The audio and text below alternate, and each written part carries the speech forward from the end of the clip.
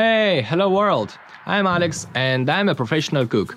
Today I wanna continue my playlist of quick and easy desserts with a recipe you can do in less than 5 minutes. That's right, today's recipe is Zabaione. Let's get this started. Firstly, divide 2 yolks from the whites.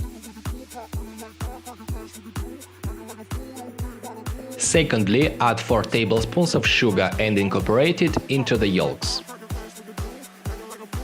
Now add 25 grams of Grappa, which is traditionally produced in northern Italy, but you can use one another distilled alcoholic beverage. Then add 65 grams of water and mix everything. Put your bowl on a bain-marie and beat everything for different minutes. Transfer the Zabaione in a glass or similar and consume it as soon as possible. Subscribe to the channel and see you soon. Bye bye!